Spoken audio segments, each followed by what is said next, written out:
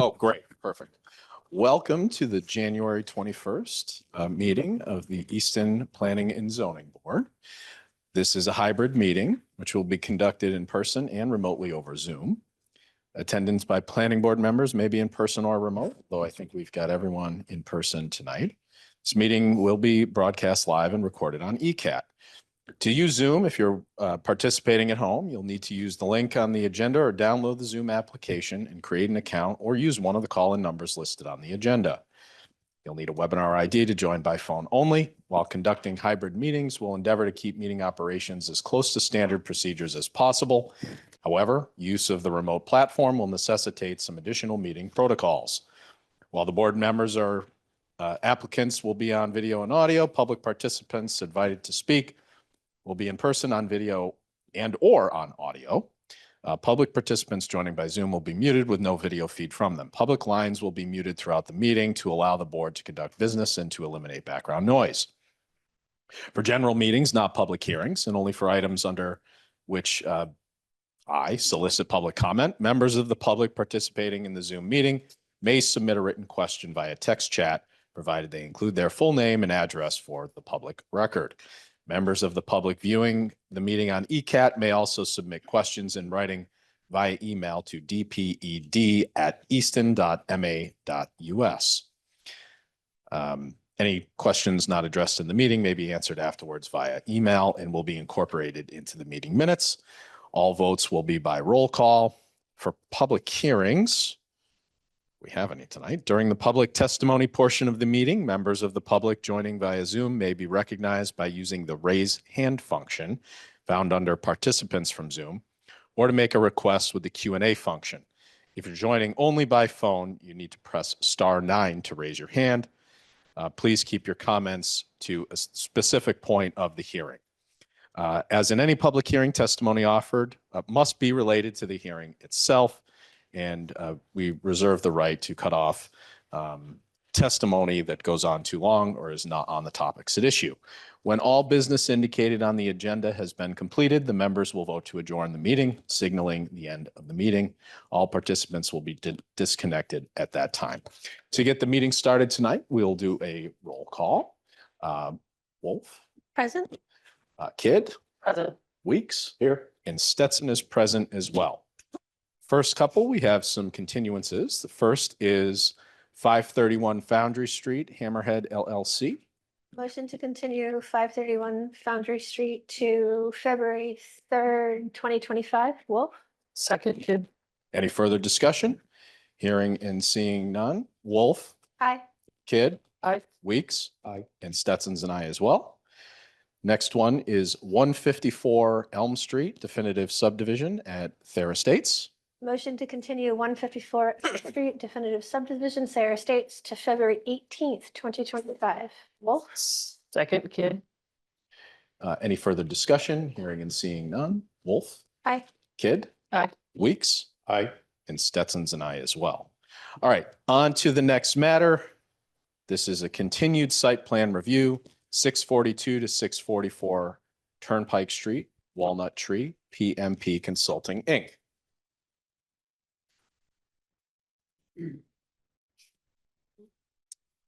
Good evening. When you guys are ready, just please introduce yourselves for the record and you have the floor. Mr. Jacobs, you're on mute.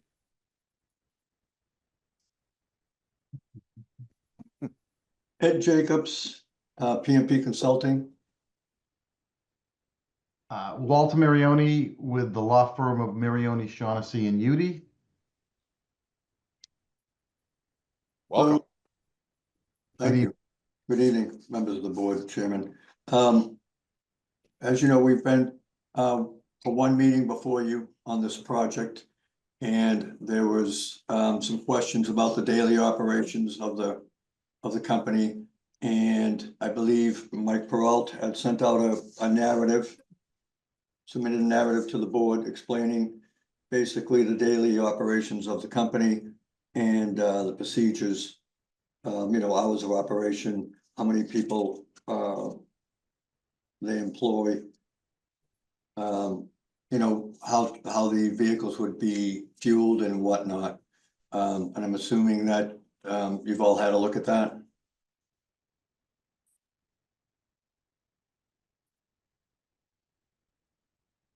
Yes, but you can feel free to walk us through some of the Okay. highlights. Sure, sure. So Walnut Tree Services, they employ 58 people.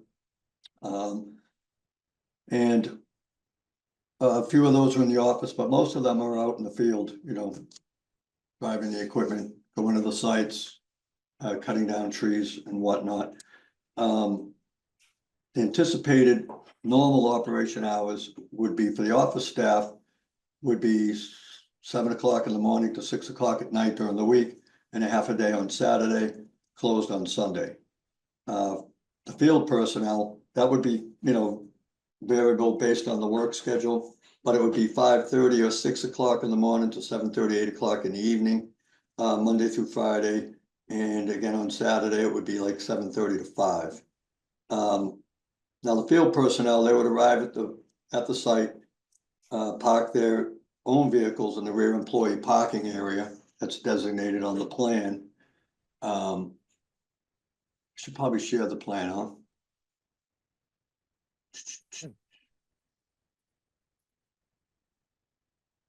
Can you all see that?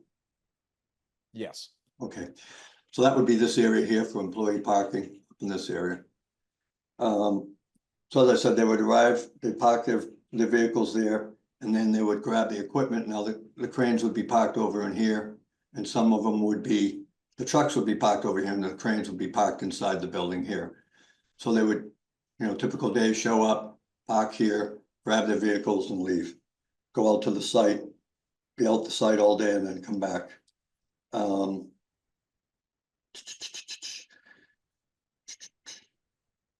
All the on-site materials processing staff, which would be the people handling the logs and the mulch and the firewood, they would be on site from 8 to 4 Monday through Friday. The only the only outlier to that is, you know, snow removal, emergency services and things like that. They might get called in. You know, trees are down during a storm or whatever. They'd be called in after hours to pick up the equipment and go. The entire building will be operated by Walnut Tree Services. And parking lot in the back will be, all that paved area in the back will be used for their yard, you know, moving and storing materials and equipment.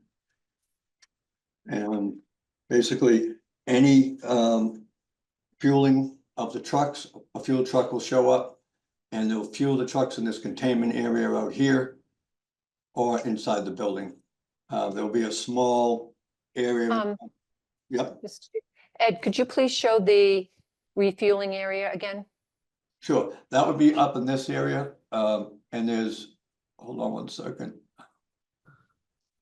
That would be this area here. And as you can see, the way the contours are, that all the surface water would be contained inside of this. There's a berm right here going along this way, a containment berm to keep all of the water inside of here. And it would drain into this catchment area and go over to this, which would take out, in case there was any fuel spills or anything like that. This is what they call a jellyfish. It's an apparatus that would take out any of the oils and things of that nature. And only clean water would come out of that and go into this and then find its way down into these underground leaching systems.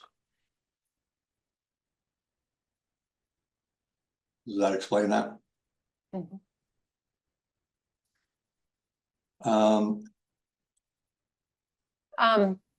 If Yeah, I may, another course. question. The jellyfish unit, Mhm. I'm guessing that it's called that because of the type of material that is Yeah, and yeah. that absorbs the oils or contaminants. How frequently is that changed out? They are on it. They're on a schedule for once a year to come in and clean it all out. They take the cartridges out, they bring them back, they put new ones in, they take the used ones back, they clean them up back at the shop, and then they come back and they put them back in. So there'd be a maintenance program involved with that. The people that make the jellyfish apparatus, you sign a contract with them and they do all the maintenance and repairs and And was a maintenance plan submitted with the application? I don't recall seeing it. yeah, yes, it was. Okay. So that would be, Mr. Chair, just so, that would need to be a condition of any order or decision. That probably, my recommendation would be like annual reports be provided, that in fact, the maintenance has occurred. Okay, Ed, can I interject for a moment? absolutely, Walter. So, Mr. Chairman, members of the board,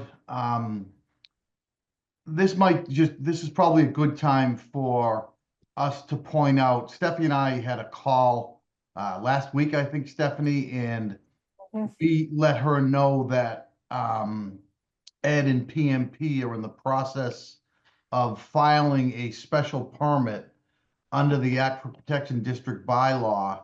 It may have been filed already, but I don't think it has been. It's close if it hasn't been.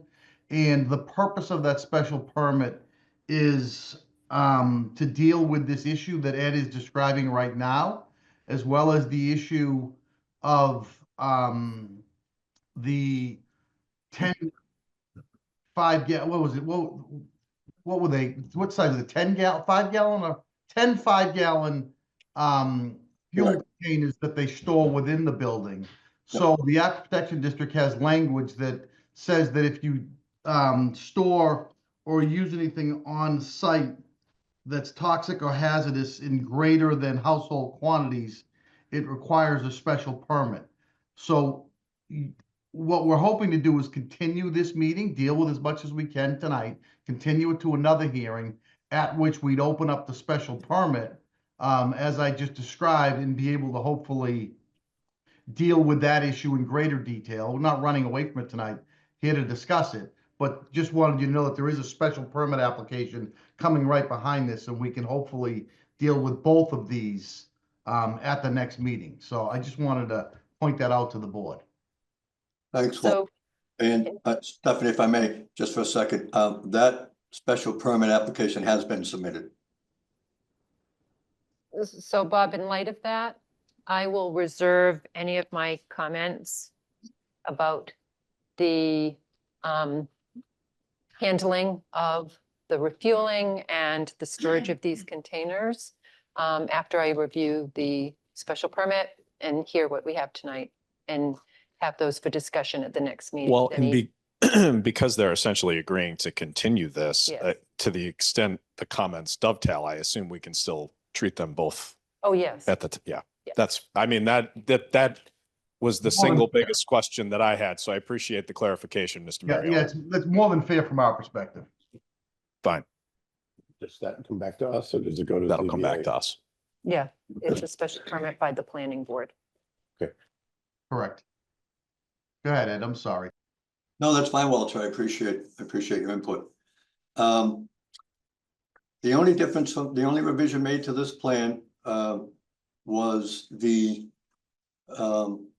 wooden stockade fence, the wooden fence up in this area to protect the residential use of this house right here. Let me just go down a couple of sheets and I can show you. We also have cedar trees also proposed in this area. So there'll be belt and suspenders here. There'll be cedar trees, and then there'll also be a wooden fence behind that to help protect the sound and the visual. That's about it. If you have any other questions. Well, thank you for the presentation.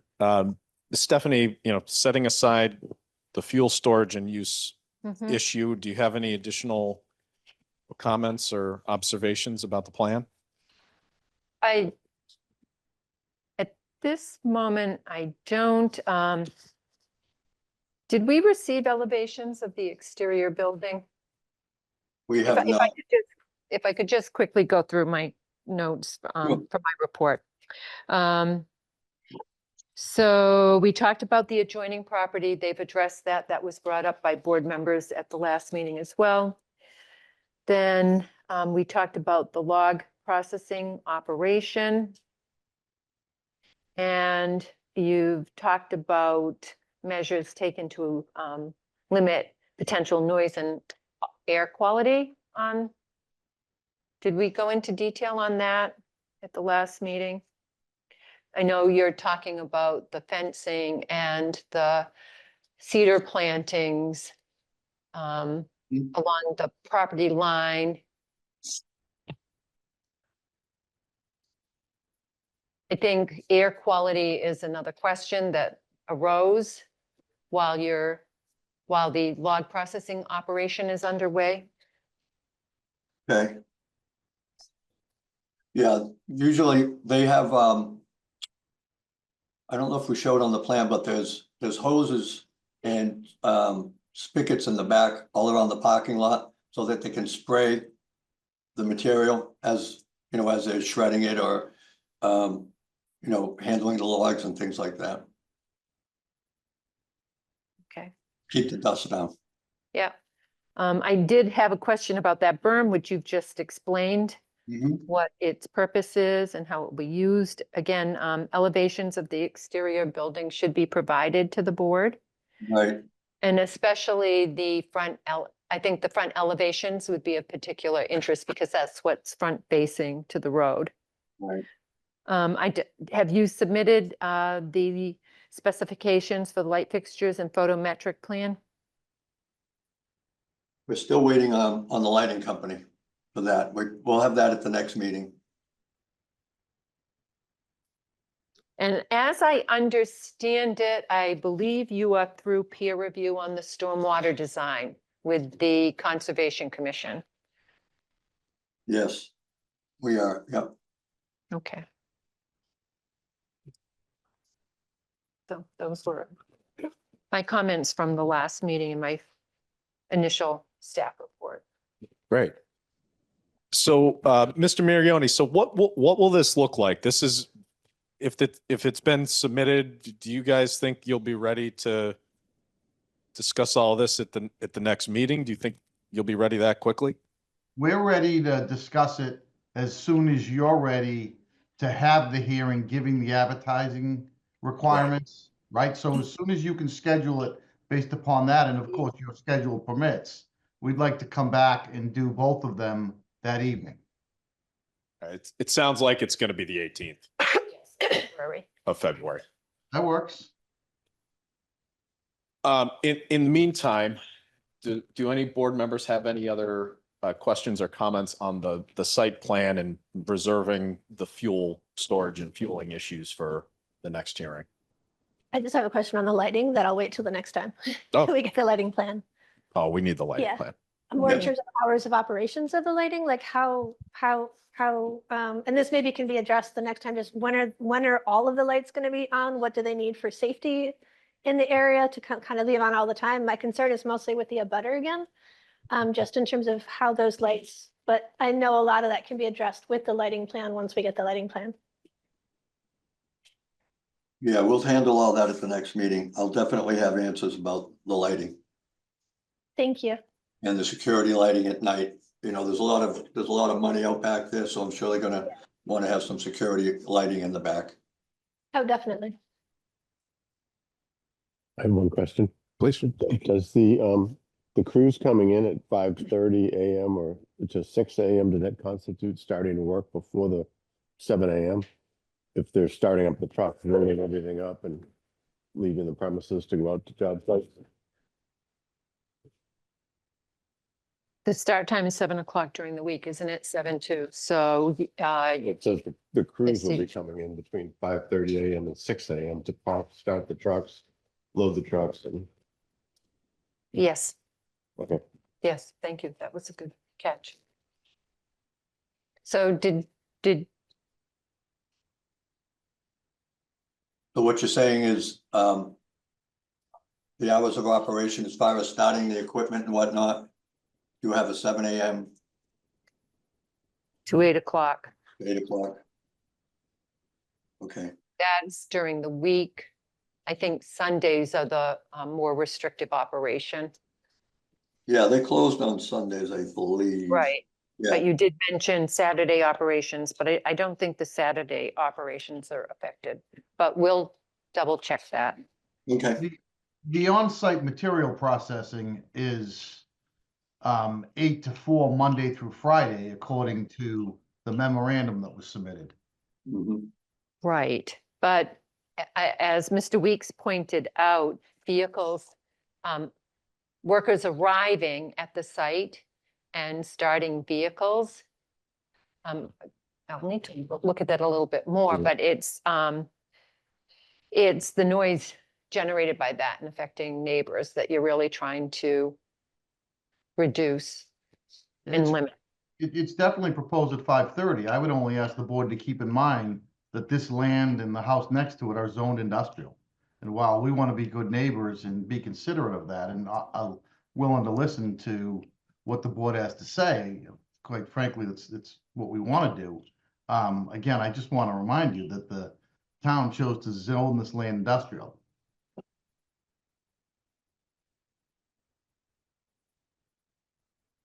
Well, and I mean, so what is the bylaws and the regulations require a 7 AM start time? What is that? I think it's a noise issue. in It's a town. noise issue. Work can't start at job sites before 7 AM. But if these guys are just coming to pick up materials, Well, what they're driving in to pick up the vehicles, right? that the heavy equipment they're going to be driving out. And again, I don't have it right in front of me, but it's noise associated with construction activities, work activities, that type of thing. I mean, I understand that. But it's just, And, I'm trying to think about this you from a know, practical perspective. I would say it wouldn't be an issue, as Mr. Mirioni pointed out, if it were on the south side of the property, because that's quite a little distance from the residence. But the vehicles are going to be parked right next to the residence. To the house. Yeah. I mean, I And that's, I understand mean, that. you've got fumes from the diesel engines and, I mean, that would effectively, that would put a Yeah, real strict limit on contractor bays in Easton. yeah, I just want to say that, I think, Stephanie, isn't that bylaw more for, a construction site where the framing crews show up and, the excavators show up and, they have a strict, but this isn't a construction site. This is a business. So, I don't have the language right in front of me. Okay. It doesn't, the wording, I don't believe is such that it says a construction site. It is construction activities. And Okay. noise from construction activities. Yeah, and we would argue that this is not a construction activity. right. Starting up a vehicle and driving it Or away. work. Again, I don't have, Vehicle. yeah. not Mr. an- Mirioni, between now and the 18th, would you be willing to submit a letter on this, given your interpretation of the bylaw and comparing that against what the actual activities will be between 5:30 and 7 in the morning? Sure, we can do that. That'd be great. That'd be very helpful. Yep, very fair. I think it's like landscaping services. They're not allowed to start before 7 AM in a neighborhood. Right. But clearly, the landscaper shows up right at 7 in the morning because I hear them. Oh, yeah, they do, Right, yes, right. yeah. So they got to They- come from somewhere. But they can't make noise before Right. 7. Well, anyway, I appreciate your I get you, willingness to yeah. submit a brief on Fair it. enough. I think it's a Yeah, it's a absolutely. gray area. Yep. Any additional questions? Hearing none, I will accept a motion. Motion to continue site plan review 642 to 644 Turnpike Street to February 18th, 2025. Wolf? Second, Kid. Any further discussion? Hearing and seeing none. Wolf? Kidd? Aye. Weeks? Aye. And Stetson's and I as well. We'll see you guys in a few weeks. Thank you, everybody. Thank Have a you. good night. Yeah. Take care. Okay, next up is a public hearing on 95 Highland Street, special permit, mixed use, RK Realty Trust. Want me to read it, son? Yes, All right. In accordance with provisions of Chapter 41, Section 81T MGL, the Easton Planning and Zoning Board will hold a public hearing on Tuesday, January 21st, 2025 at 6:30 p.m. in the Colleen Corona Boardroom, Easton Town Offices, 136 Elm Street, North Easton, Massachusetts, and via Zoom from the application from RK Realty Trust for special mixed permit used under Easton Code Book Chapter 235-zoning, 235-56 special permits, and attachment 1, appendix A, table of use regulations A5E1 to allow mixed use consisting of a convenience store, retail space, and 2 residential apartments located at 95 Highland Street, Easton, Mass. Assessors map 14R lot 76 and map 14R lot 192. The virtual meeting link will be contained within the posted agenda at least 48 hours in advance of the meeting. A copy of the application and plan may be viewed on the town website. This Town is also available at masspublicnotices.org. thank you, thank you. Welcome. Thank you for having us. Of course. If you guys could please introduce yourselves, and then the floor is yours. Thank you very much. Mr. Chairman and members of the Planning and Zoning Board, my name is Brian Dunn. I'm the principal of MDL Land Development and Permitting with offices at 5 Bristol Drive here in South Easton. Tracy Dewar, I'm the Director of Engineering, also of MDL Land Development. Welcome. Police Patrick Bradley, I'm Traffic Engineer with Traffic Engineering. Welcome.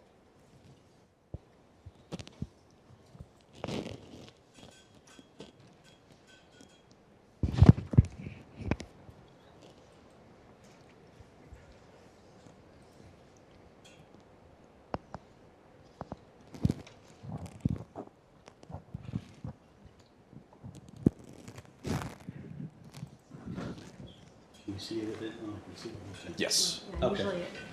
Usually if you do, yeah, okay. So you're saying fit to close this? But you can If see you, everything can't you fine. click on slideshow and have it? That's what I was trying to do. Okay. Now we can hit it. Oh, perfect. Yeah. Okay.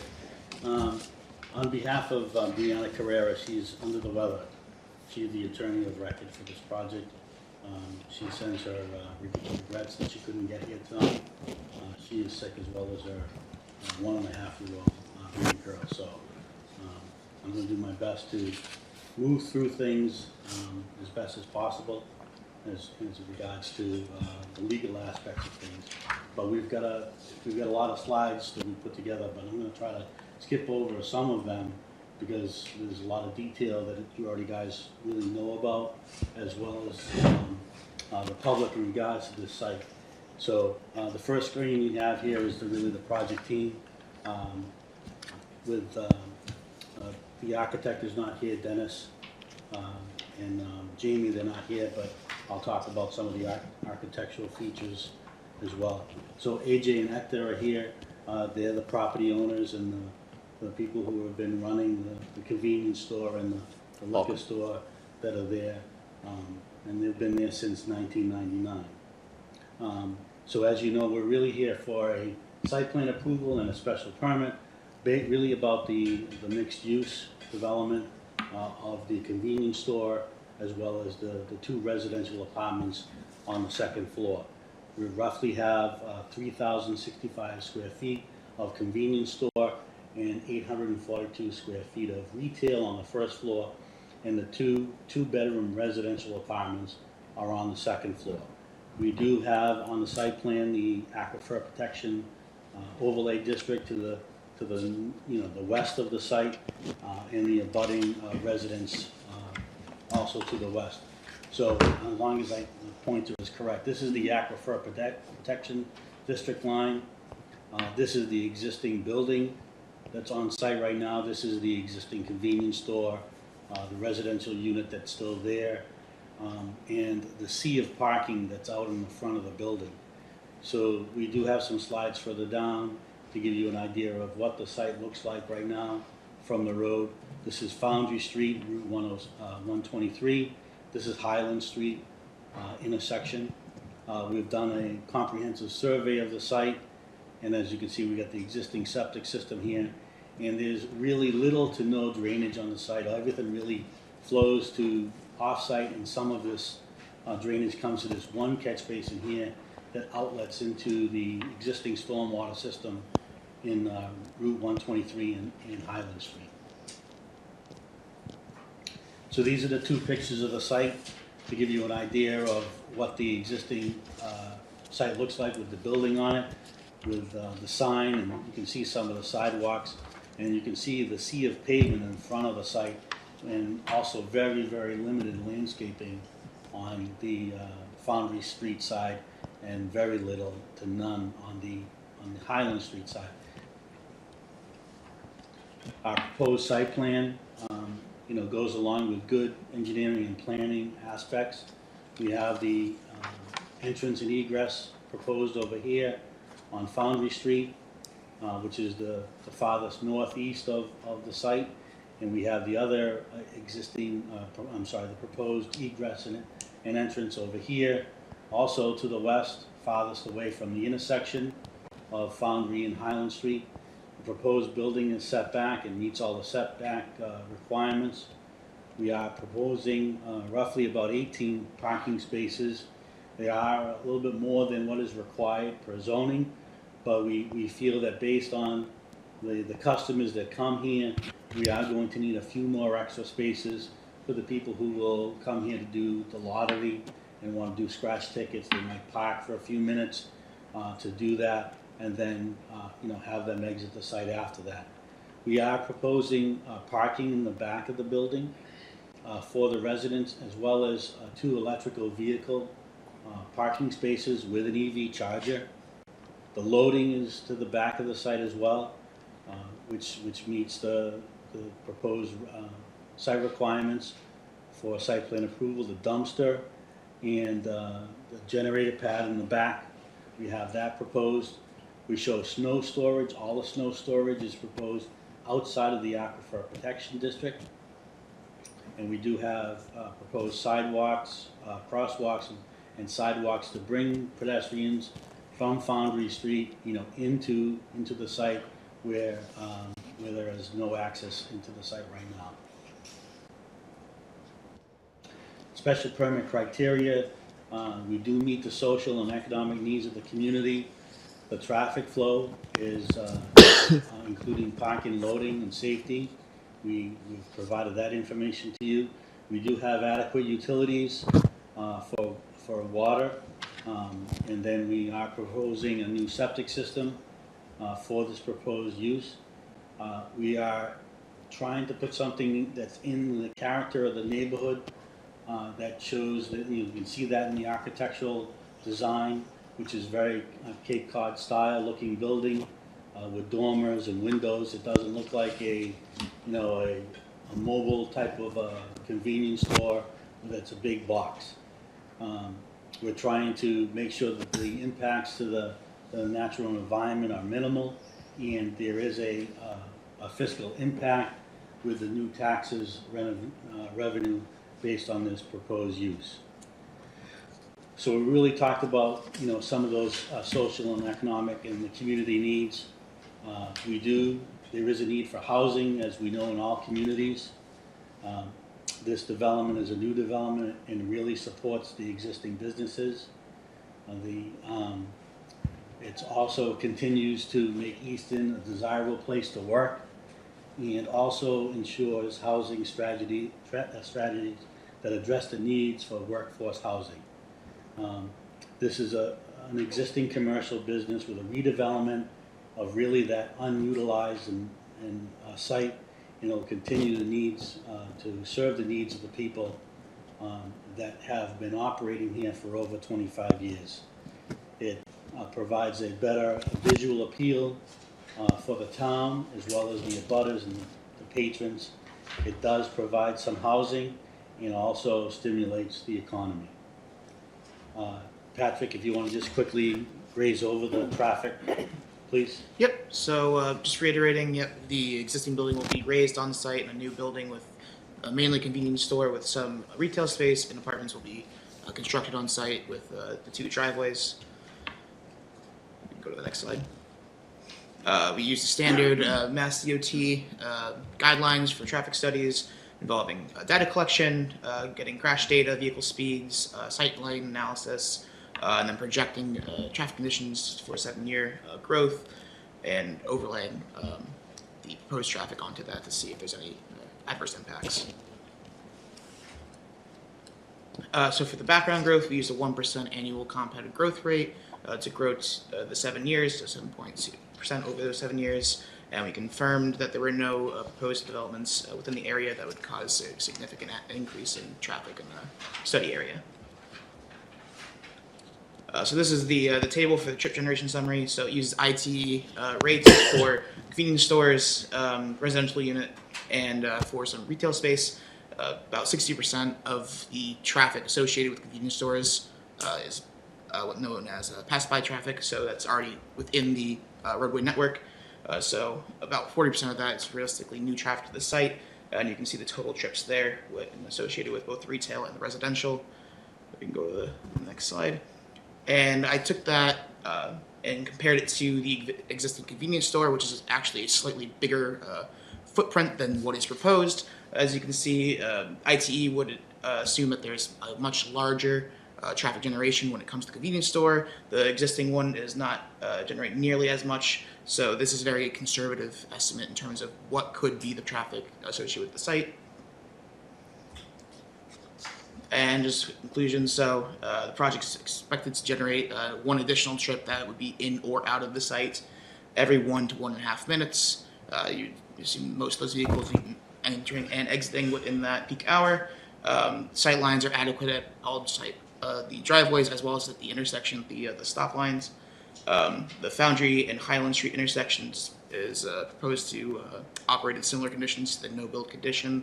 The site driveways, the one at Foundry Street will have minor increases over the existing condition, but will remain acceptable levels. And Highland Street will operate similar to no build. And we just recommend, that the driveways be constructed under MUTCD design criteria with stop lines and stop signs associated with them. And this is just a quick mock-up of the sight lines from both the driveways as well as one of the approaches from Highland Street. As you can see, there's no landscaping that's proposed within those triangles, so safe operations can be expected. Yeah, so the pink areas on the plan are the sight distance triangles from where the vehicle is sitting at the entrances and egresses. And you can see where the landscaping is pushed back, the sign is pushed back. This is the proposed sign, and here is the landscaping that's in the rain garden area, and this is proposed as grass. But I think that we're going to be adding some trees back based on some comments from Stephanie. What's the elevation of the green area relative to the street? So we can go to the grading plan. So the site has to be raised a little bit to meet the stormwater to put the stormwater in as well as the septic system. So the existing grade at the entrance that you see on Foundry Street is approximately 179.06, and there's so right at the top goes to, in this area here, roughly 182. So that's It's about 3 feet 3 from the feet. street to the center of the site, but it's not all. So it wouldn't be below eye level of the car. correct. So we talked about the parking requirement being 11, but we're proposing 18 to give some additional storage of vehicles on the site for the proposed use, because, speaking with AJ and ECTA, they feel that there's a need for additional parking based on their customer base. We do provide one accessible space at the front of the building closest to the door, which meets ADA requirements. Talked about the 2 EV spaces in the back of the building, which will have an EV charger in between there. The loading zone in the back of the building for the delivery trucks. And we propose snow storage in various areas on the site outside of the Aquifer Protection District. We do have the adequacy of utilities, Mr. Chairman and members of the board. We're proposing a new septic system for the sewer, fully complies with Title V regulations as well as the Board of Health regulations. We have already submitted that plan to the Board of Health. We have received some minor comments we should be able to address prior to them issuing a approval of the septic system. We do have town water in the street for the proposed use. Environmental benefits and protection. The building is located outside of the Aquifer Protection District, as I said before. The design of the site will provide new stormwater management where there is very little to none on the existing site, and will bring the site into compliance with the DEP stormwater rules and regulations, as well as the Town of Easton's stormwater regulations. The layout of the site design in regards to the drainage proposes 2 rain gardens to the front of the site. And then we've got some comments from Stephanie in the staff report that the rain gardens are considered low impact development, stormwater management components, and are encouraged by the DEP stormwater rules and regulations. A lot of towns and cities are actually moving to make that a requirement, or even in their subdivision rules and regulations. This is a slide that we created to show you what the proposed rain guardian is possibly going to look like, which is that low impact development type of drainage design. As I said, it meets those stormwater rules and regulations. Part of the rain garden gives us 90% TSS removal, total suspended solid removal, and per the DEP stormwater rules and regulations, we can get up to 80% TSS removal, and at least 65% of the site's pervious area must be directed to this BMP, which we are in compliance with. We talked about the character of the neighborhood and the structure of the building, looking very residential-like to fit into the neighborhood. The hours of operation are going to maintain the same. I know that I heard in that other previous project you were talking about hours of operation. So it's Monday through Saturday, 6 a.m. to 10, and Sundays, 7 a.m. to 9 p.m. Landscaping screening, we do propose landscaping screening on the west side of the site, on the other side of the drainage basin. I can go back to that if you'd like, if you need to see that again. And the new, the new building and the amenities and the new site plan will increase the tax revenues for the site with these proposed improvements. The convenience store and the retail space will bring new employment opportunities to the area, and also, per the staff report, new construction contributes to new tax revenues and growth, offsetting the increase in use of public safety services, which would be expected to be de minimis. Site plan endorsement and criteria. We feel that we've met all the criteria for you to eventually vote favor for the site plan and the special permit. We do protect the adjoining premises against serious detrimental use of the site. So there's no real serious detrimental uses proposed. Majority of the proposed uses have existed for over 25 years. The new uses would be one more apartment and the additional smaller retail space. Proposal if approved would result in great improvements in the site, as we've demonstrated in the slides today and the stormwater design and the plans that we've presented for your review and approval. Overlapping criteria. This is really kind of reiterating the same stuff all over again. And I really don't want to, take up too much of your time this evening. So the aesthetics and improvements to the building, as you can see, the front of the building, what it would look like. As you can see, it does look like a larger Cape Cod house style with the proposed dormers on the second floor to gain light, a lot of windows for the residents as well as the convenience store and the retail aspect. And there will be separate entrances for the convenience store as well as the retail section. And as you can see in the top slide, we do have the residential entrance located in the back of the building to obtain access to the second floor.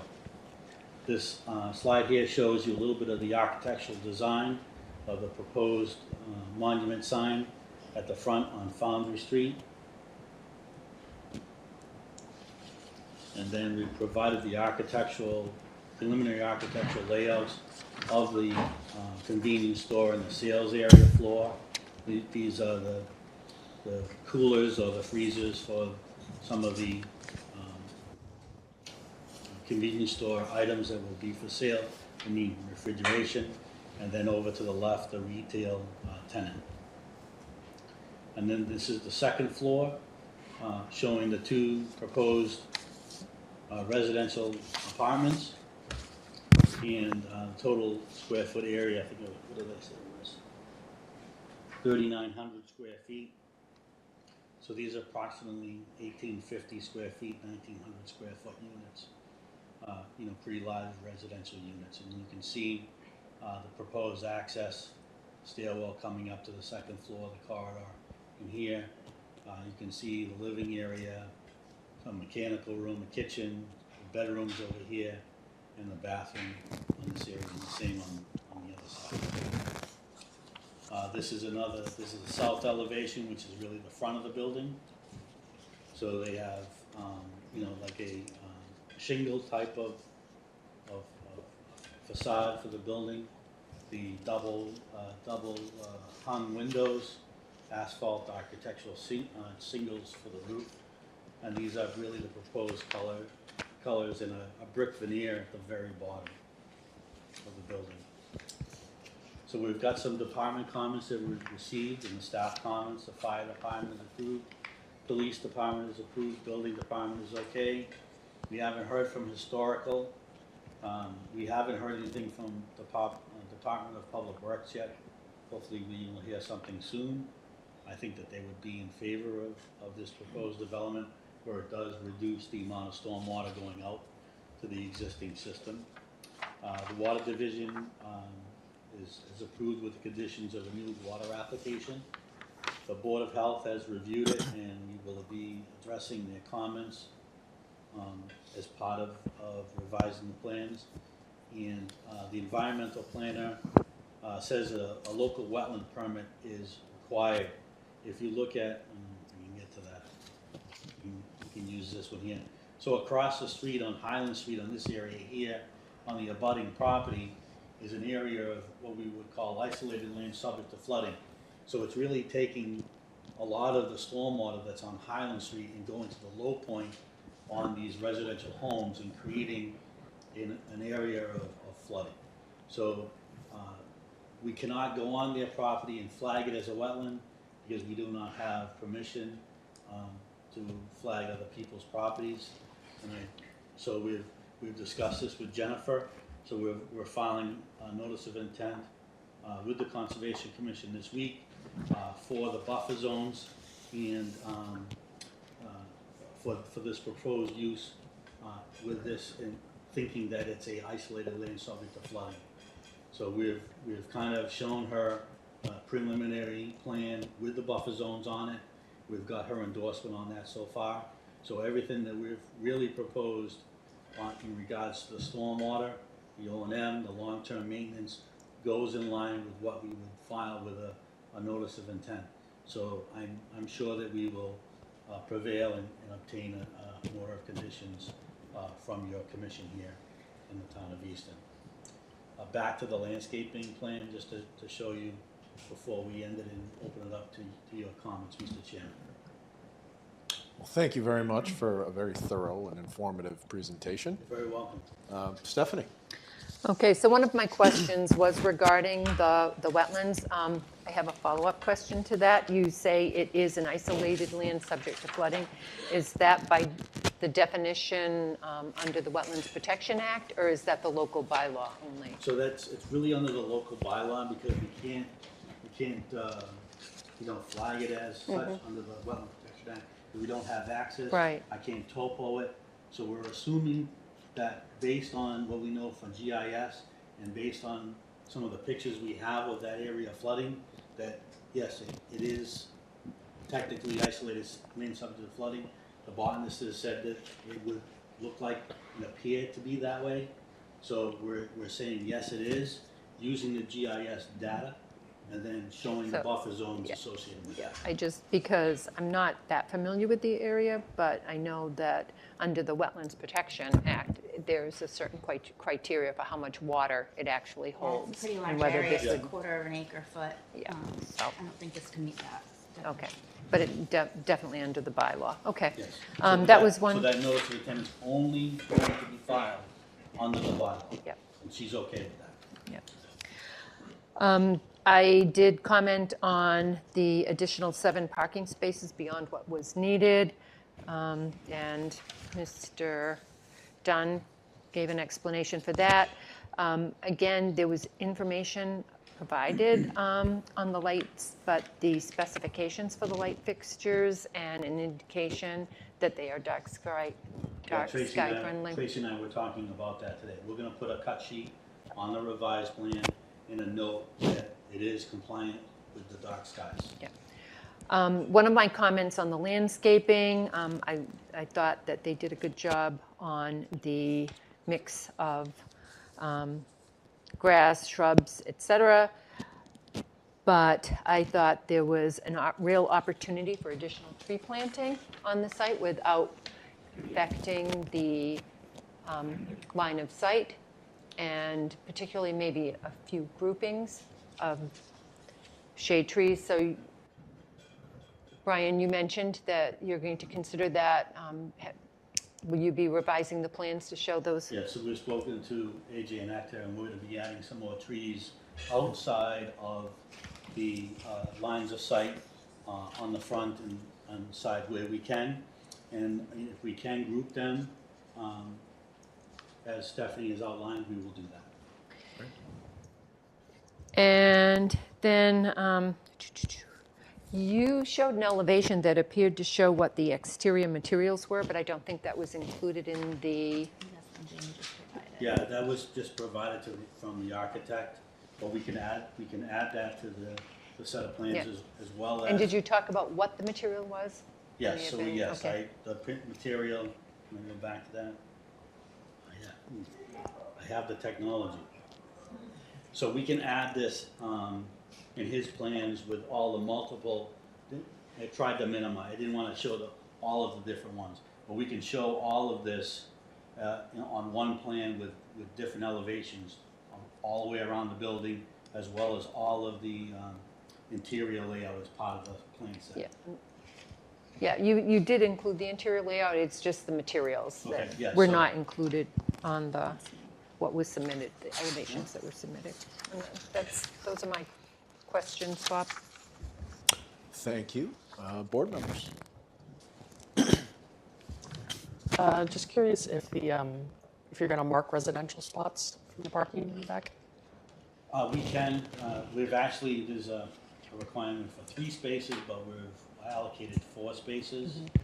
And we can either do pavement markings for the residential spaces to reserve them, or we can add signs to the back of the building for that, to reserve them, whatever the choice of the board is. What do you think? I mean, we have talked about this in other mixed-use projects, about somehow flagging the residential spaces. I mean, I think personally, this is just one person's opinion, but having them in the space just reserved or something like that, it seems Something to simple. work well. And We can put something on the pavement, reserve, Makes sense. residential reserve parking, okay? or just reserved, or make it a different color and say reserved or something. Yep.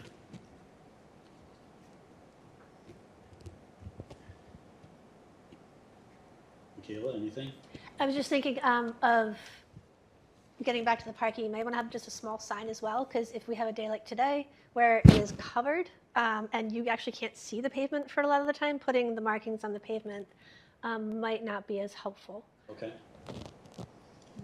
So do you think we should have a sign? Because I wouldn't. I wouldn't put a sign I all wouldn't over do it, but just both. maybe one. I'm just thinking even just for the winter months, like today, if you look at my street, you can see nothing. It's just this really nice snow. And it's fine, but like it's, you wouldn't be able to see any markings on the pavement if you have it, if it says it there.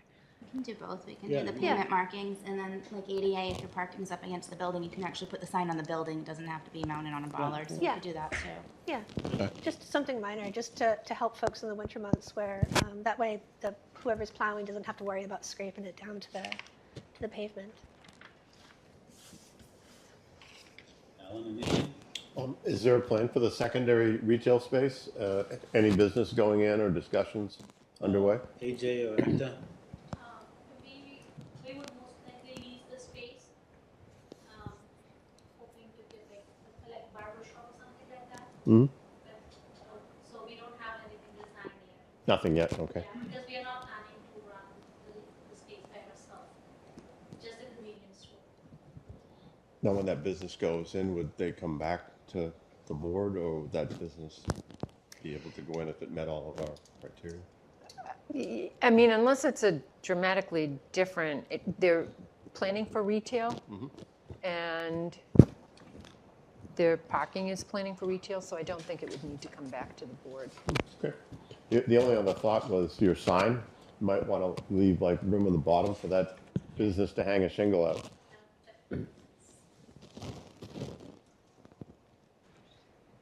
I think my only other comment would have been about the parking, but the fact that you're adding the shade trees to kind of compensate for the additional parking. I get in a convenience store why you might want to have additional turn, and particularly if you're putting retail up. And I think putting the trees there is kind of a really good balance for that, because you do get kind of concerned about just those spots of heat, particularly as the summer months get warmer and warmer. So I think that works out well.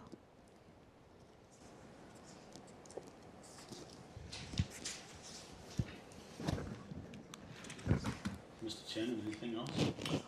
I think at this point, maybe we'll open up to the public. We have anyone here or on Zoom? Speak. And I just have one other comment, because I don't know that Brian mentioned it or not. We did receive the first review response from our peer reviewer on the stormwater, and there are some items that do need to be addressed. Yeah, and most of, if not all of them, can easily be addressed. So some of it's really crossing the T and dotting the I and making sure that Strong Point is fully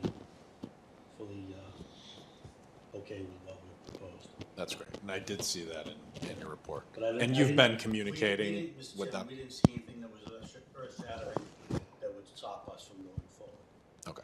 And you've been communicating with Strong Point? We We had, haven't yet, we just got the They report really out. haven't Oh, did needed that just- to. oh, Their report fine. came in, and basically what they said is that it looked like it was in good shape, and that they thought that they were minor changes.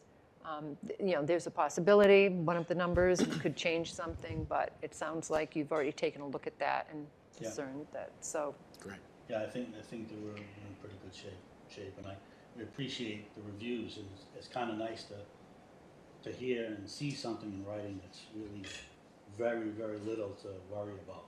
So, kudos to our team that we put together a good package of information for this board and the peer review, and Stephanie and Jennifer and her commission to hopefully, put an approval together for both this one as well as the commission.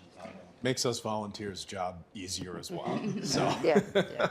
And we do recommend when, especially if we get a lot of comments back in the first review, that the applicant's engineer and the peer review engineer talk before responding to those comments, if there are any questions, any issues, to try to expedite things and keep things moving along.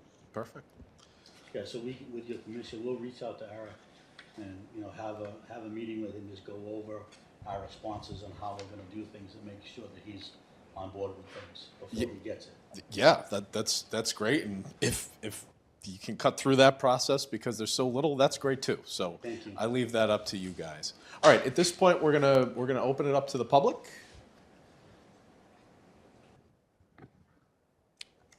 No one on Zoom? Anyone here? Great. At this point, when do you guys want to come back? How far in advance of the hearing would you need revised materials? A week. 1 week. So that, So it would be the Monday before the meeting. So when are your next 2 meetings? The 3rd and the 18th, The 3rd?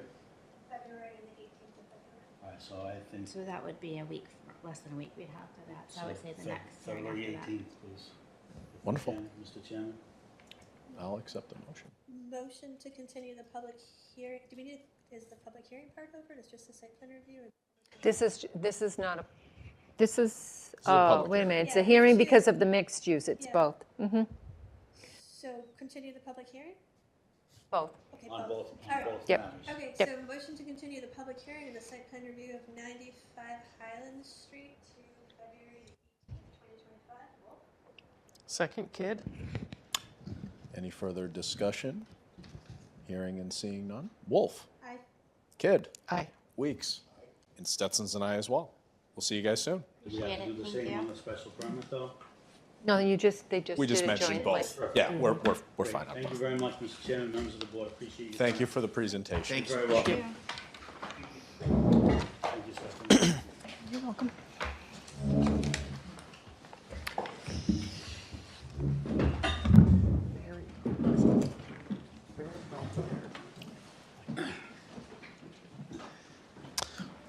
All right.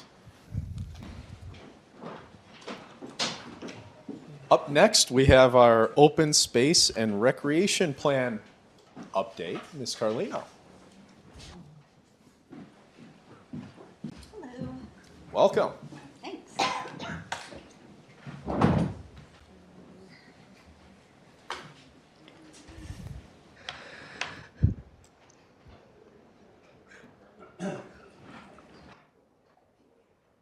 Well, and if they don't have it by then, we can make it a condition too, I think. What was that?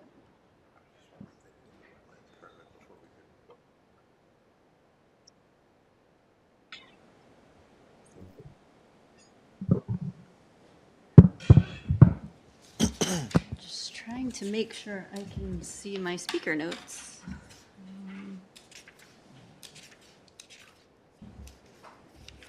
But I cannot see them here.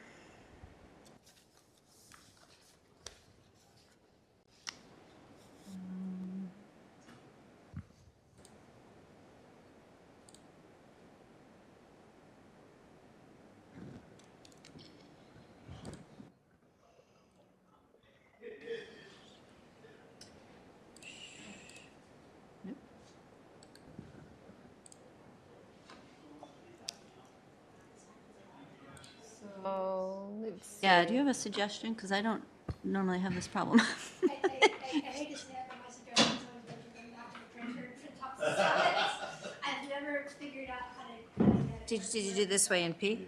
Did that work? This in P? No? Let me just go back to normal You have view. the, Yeah, it should work, because this is your present. you need the presenter view? Right, that's what I'm looking, I'm trying to figure out, I remember where is Yeah. the Yeah, I interview? had had any That's what he had to do, too. issues with this before. So I know. from the beginning, Yeah. it still doesn't. No, I think, stop from, go back again. Yep. He had the same question. Wasn't it view? Current slide. It should be on the slideshow tab. On the slideshow tab. Yeah. It just says that's- from current slideshow. We looked at it before. Try, click on custom or that drop down under custom slideshow to your left. Well, to my left. Here it is. Yeah. Yeah. No, that's not it. Yeah, normally it This just is goes what right there. Right. Probably somebody can't see it well, on that. Down there, yeah. Yeah. We'll just read your notes with you. Yeah. Oh, use present, it's, stop, it's to the right. Use presenter view. Oh, there you go. Sure. oh, right here. Going, there you go. It's not coming, yeah. Because there's two monitors and it's. Yeah, I through. think it's getting confused by being Yeah. attached to the I really hate to be the external note. monitors. I hate to be the note of doom here. but I've like, never had success doing it via Zoom. But Only one on, monitor while detected. I'm on Zoom, Yeah. doing the presenter view and Yep. I'm certainly fine with your notes if you showing. Yeah. read the, I mean, I don't mind Sorry, looking this at the P? notes. Go No, ahead. not at all. No, I'll try. No? Is And it, duplicate, click on duplicate. Does that work? well, you have to try the presenter view again. I don't know. Well, then I guess you'll see my. Oh, that's, You're fine. yeah, that's it's- yeah. totally Okay. fine. Well, I don't want to take up your whole meeting trying to figure out where my where my notes are. No problem at all. Take your time. Okay, is the volume okay? Yes. Good. Okay. It's actually not volume. Well, okay.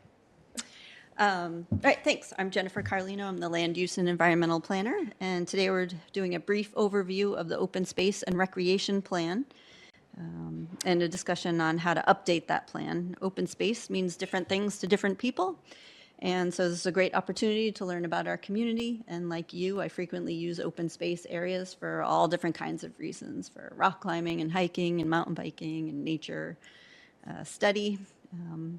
And you know, open space is important for all of us, and it played a particularly important role during COVID, where open space was used not just for physical well-being, but for emotional and mental well-being as well. And so I just want to acknowledge that the land that we know of as the Town of Easton is the ancestral lands of Native peoples that include the Massachusetts, Wampanoag, and Pecanicut. And we acknowledge that they had a significant amount of suffering, and that there are descendants here today, and that they have a voice, and we welcome that voice. So, in 1957, the legislature created the Conservation Commission Act, Mass General Law, Chapter 40, Section 8C, and in that law, municipalities could create an open conservation commission, and they would be responsible for the promotion and development of our natural resources and water resources. And included in that is the requirement to create an open space and recreation plan. But in the 80s, we received a lot of requirements for handling all the open space plan, the wetland permitting. That takes up the bulk of Conservation Commission's time for the vast majority of municipalities in Massachusetts. It's a good 80% of our time. So we try to get to the open space, the fun stuff, as much as possible. When you hear the words open space, you know, that means different things to different people. And so here are a few different examples of what open space includes. You know, conservation land, forested land, active recreation land, greenways, bike paths, and water bodies, agricultural lands. So there is a difference that's important to know between types of recreation, active recreation and passive recreation. Because the Conservation Commission Act says that conservation land's primary purpose is natural resource protection and watershed protection, not all activities are compatible with that use. And so conservation property is primarily passive recreation, which is a minimal amount of disturbance to the land. And it's primarily for, you know, hiking and biking and nature study, canoeing, informal sort of sporting events. It could be a park, but not something that has permanent lines on a field or a timed or a referee. You know, those would be active recreation type of activities. So active recreation usually does have a significant amount of alteration of the property. You're cutting down trees to create fields, drainage for those fields. Could be clubhouses, could be playground equipment.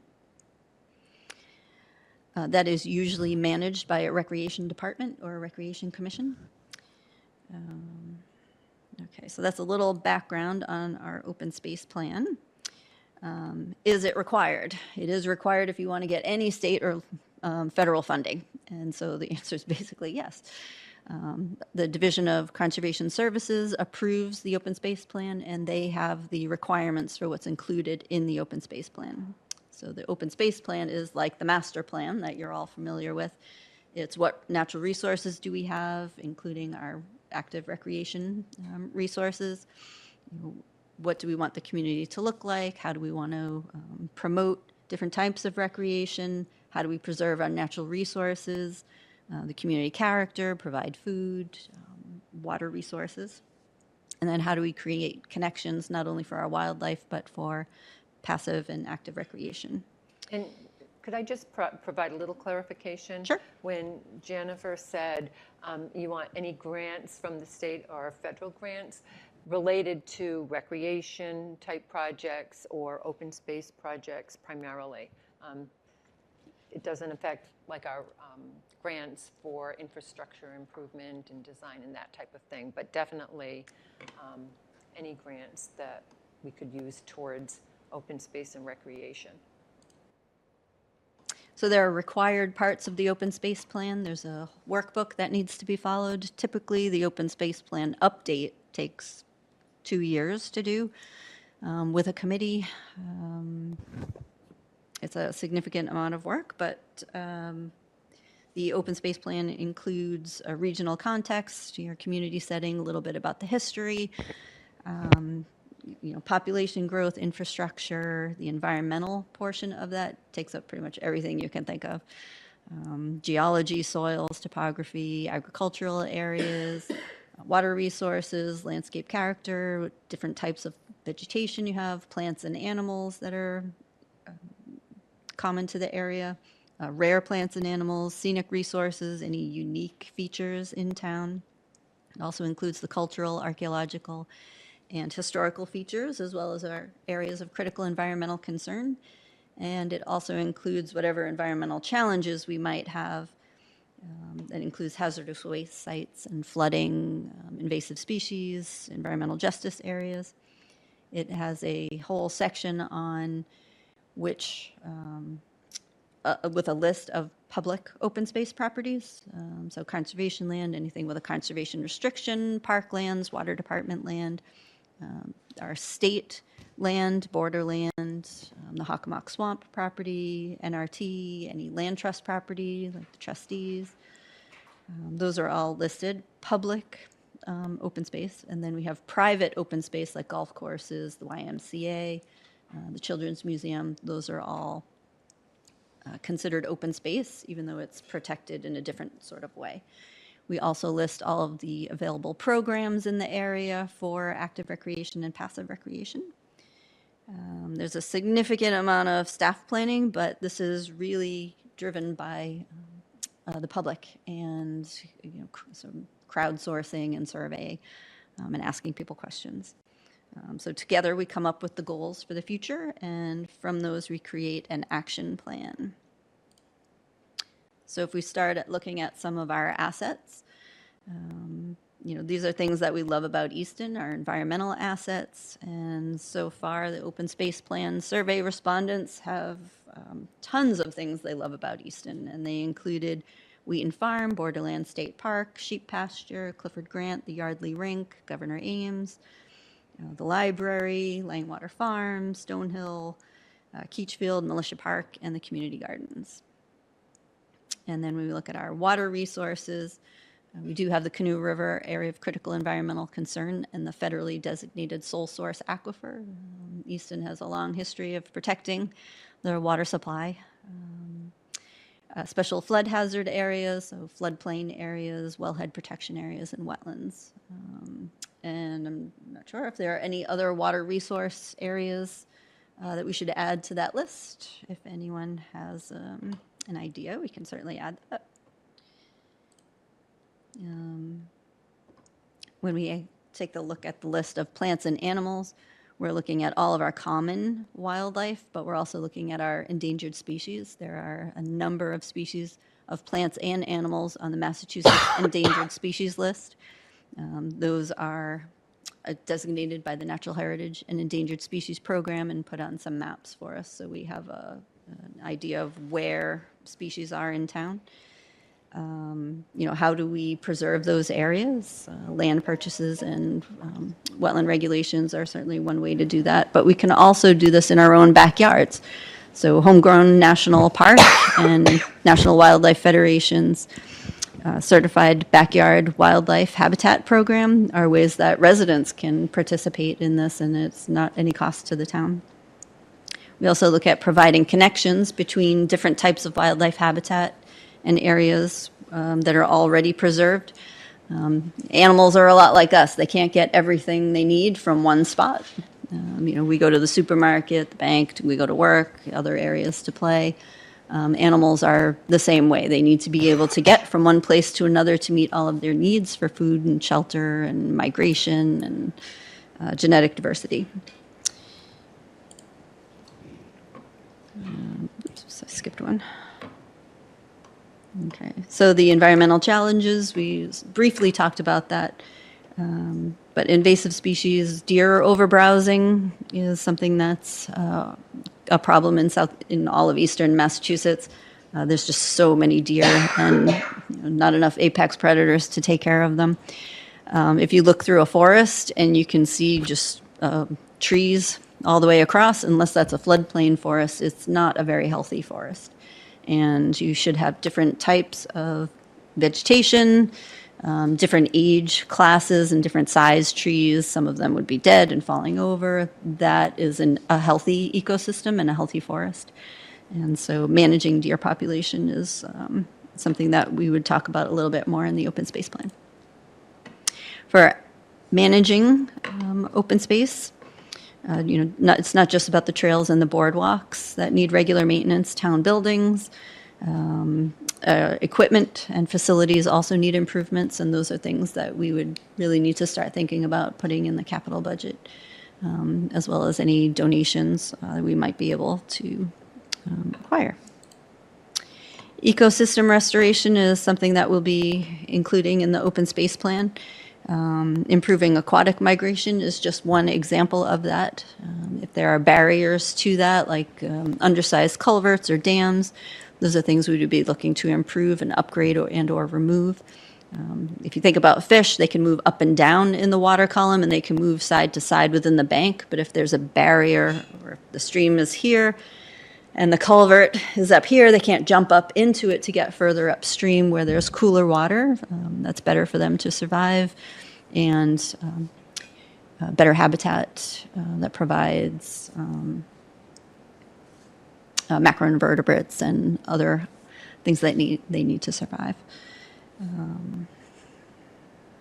Let's just see if there's anything else there. When we look at our existing open space map, are there gaps? Why? There's not. I'm missing some maps. They're not showing up in this presentation for some reason. The open space plan map should be up there.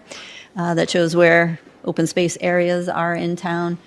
We would be looking to how do we connect those areas, either with trails, or a lot of people have been mentioning locations where they'd like to see sidewalks so they can get from place to place, or bike lanes and bike trails. A lot of open space respondents have said that they would really like to see active farmland preserved. Cranberry Bogs, South Easton does need some recreational areas. We're pretty heavily focused on northern portion of town, so different areas of town where people are looking to preserve land.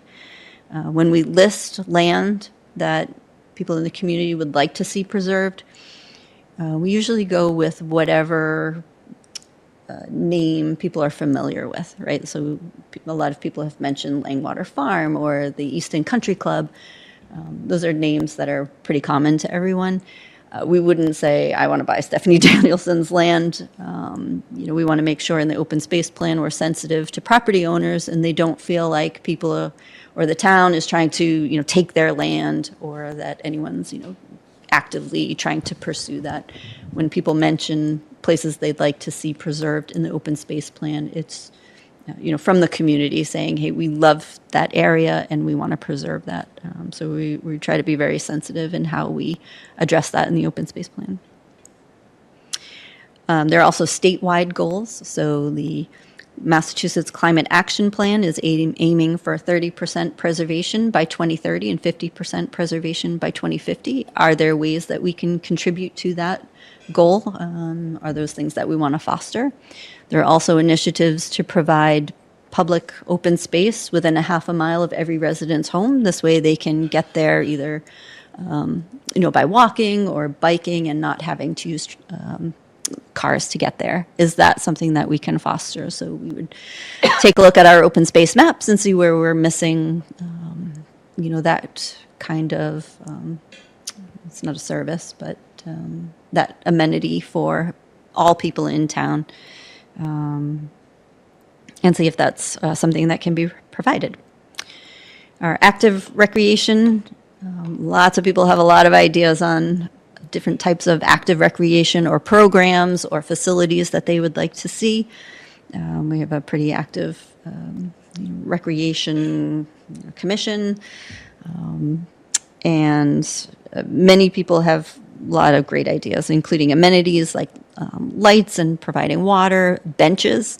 A number of people have said, hey, we have these great trails. It'd be really nice if we had a bench every once in a while. So I thought it was a great idea. We'll add that to the open space plan, improving signs and parking. That's part of the wayfinding project that the town has already started, and the Conservation Commission received a CPC grant. Those signs are just about finished and they're ready to start being installed, but the ground is frozen, so we're going to have to wait until March or April to install those signs. Programs for seniors, middle school students and teens, after work projects, programs for adults, and activities for 20 and 30-year-olds were high on the open space plan survey. Even though this is it's driven highly by public input, there are still some technical resources that staff would provide. So I would certainly be looking at things like the Mass Wildlife Climate Action Tool to see if there are specific areas where we should focus. So the plan that you can see barely on the left is using the Climate Action Tool to figure out which culverts would provide the biggest bang for the buck. If certain culverts were upgraded, aquatic species, fish, salamanders, any mammals would be able to safely go under the road instead of being hit by cars by going over the road, and they would be able to get the furthest stream miles. So they'd be able to get maybe into Sharon or into a neighboring town if some of our culverts were removed or upgraded. And Jen, just to comment on that, I mean, properly sized culverts provide better wildlife habitat and corridors. Flood protection. But they also improve flood protection. Yeah, which protects our infrastructure as well as our residents and businesses. The other plan map that is on the right-hand side, that is a state map showing the setbacks for hunting areas. So something I would look at is the areas that are not part of the setbacks and seeing if there's an opportunity to preserve those. I think I've already mentioned about healthy forests and making sure that we have areas to provide hunting access. This is something that's important. Once we take everyone's comments and suggestions, we create a list of goals and objectives for the town. And so here are just two examples. So protecting water resources is pretty high on everyone's list. And so 3 ways to do that is through these objectives: to acquire designated high-yield aquifer property, restoring ecosystem habitat, aquatic ecosystems, educating residents about water conservation, and the same for preventing agricultural loss, trying to preserve, not just through purchase, but it could be through agricultural preservation restrictions of our existing farm property, especially ones that are actively farmed. The Climate Action Plan also lists southeastern Massachusetts as something that would have some food scarcity due to climate and changing weather patterns. And so preserving those farms would be really important for our region, not just our town. So the next steps, we take all the comments, put that into a draft plan. I would present the draft plan to the public, asking for comment.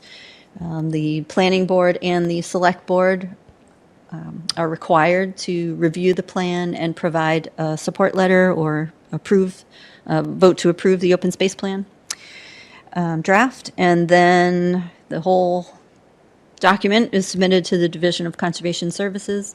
It's about a 200 to 300 page document, so there's a lot to review, a lot to update. And we hope that they would not have too many comments or changes in that.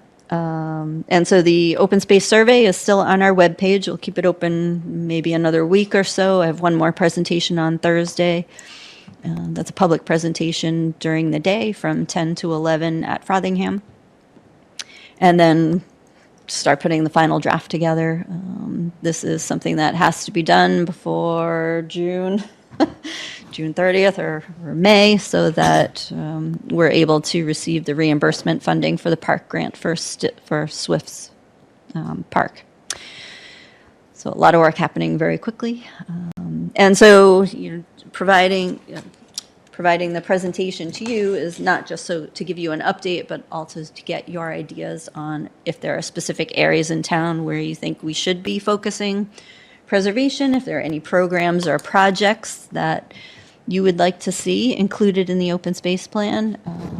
And if there are any unique areas, we also have to list them and show them on a map. So any thoughts on future open space areas? And I look at it like this is the massive wish list, right? If you have your project in the open space plan, you get points for your grant application. If we don't have it in there, yeah, you could still get a grant for it, but we jack up our point values by saying, yes, it's goal number 7. So because it's in the open space plan doesn't mean you have to do it. It just means that it's something the community is looking forward to doing. And hopefully you will be able to get grants for that. Well, thank you for that presentation. I'm not sure that this comment or question will be useful at all, but I'm sort of curious as a citizen, how is this open space planning looked at from a regional perspective, or what kind of interplay is there on your end with surrounding communities and towns? Because so much of what I heard, and I think it makes perfect sense, but a lot of what I heard, talked about regional issues, the deer over browsing, for instance, and fish habitats. Presumably they're going through rivers and streams that traverse Easton and elsewhere. And then water resources, same thing. What kind of interaction is there from community to community? There could be a lot. Canoe River Aquifer is 5 communities, and so in the past, all 5 communities have worked on projects together, including the Canoe River Greenbelt Project, which is 500 feet on either side of the river through all 5 towns to create a wildlife and recreation corridor that also protects the water resources. So that's one example. We're working with the town of Mansfield at the moment to try to preserve some property on Chestnut Street that was submitted as a CPC grant application for this year, but we also received a 50% reimbursement through the Forest Preserve program last December. So we'll see if that project goes through. But we do regularly work with other conservation agents, other conservation organizations. We're meeting tomorrow with a number of conservation organizations who work in town just to get together and network and see what kinds of projects we can do together. It's very interesting. Thank you. Bob, can I add something? I know I can talk to Jen any day, but you brought a question up something that, again, might be considered is the connection between the land on Union Street where a project had been proposed. It's not currently moving forward. And Wildlands Trust owns property right over the line in Brockton. Yep, okay. So, you know, making a connection there with open space might be something that would be of interest. Good.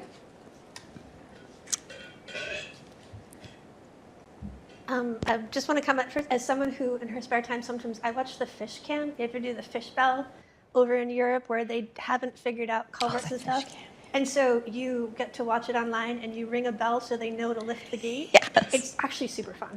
Yeah, So I've wait, seen is it. this real time? Yeah. Yeah, no, it's Yeah. awesome. It's really, What happens if you don't ring the bell fast enough? So you just ring. So usually there are people there who are supposed to be able to lift the gates up for the fish, but they also have other things to do with their day. So it became a crowdsourcing project. They have people online and you watch, and all of a sudden out of the murk you see a fish swim up. You hit that bell, and they know to open the gate. They let the fish through. It's kind of fun. I don't know. It gets to be like a game where you can just kind of do it in your spare time. You have like the browser going. Anyway, sorry, diverging from this. The culvert, I think, is a great idea to kind of allow that.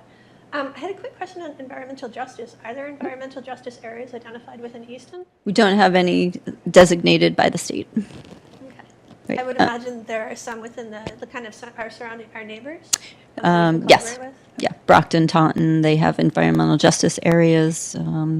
We're doing the Municipal Vulnerability Preparedness Plan 2.0. And so even though we don't have environmental justice areas, we still have communities that we're focusing on, seniors, any other disadvantaged folks who might need a little additional help. So a lot of the comments coming in are about having a senior center or more programs for seniors, or not just a senior center, but a community center. And so have more multi-generational interaction. They're also used at different times. You know, seniors probably be there more during the day, and then after-school activities, and then adult activities.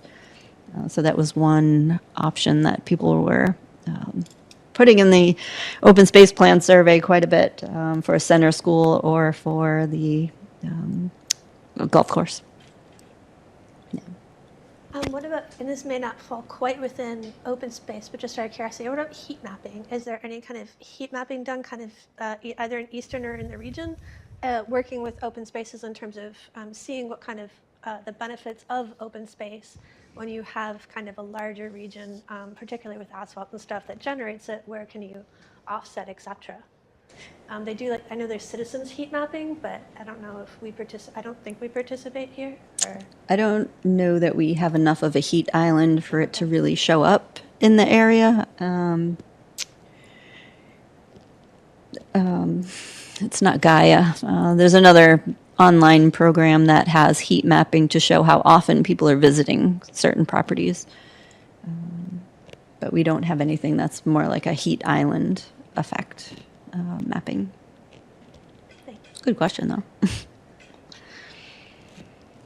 Any particular areas in town where people would like to focus preservation, or do we know of any unique areas that should be shown on our map? The frost, oh my gosh. In the town forest, the pitch pine, scrub oak Oh, sure, forest yep. area. Frost pocket. Okay. And protecting that because it is overgrowing and changing regime. It is a very unique Habitat type? habitat that supports pitch pine and scrub oak. And it's a forest, and frequently it'll develop where there's been a fire. And in this instance in Easton, we had a forester come in and determine that, in fact, that was what was believed caused the one in Easton. And he said there's no sign that there was ever a fire here.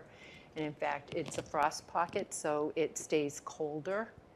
And it's in the town forest. If you ever go out in the spring after we've had a real snowy winter, and you find this one area that is still holding snow, that is, you're likely in that area.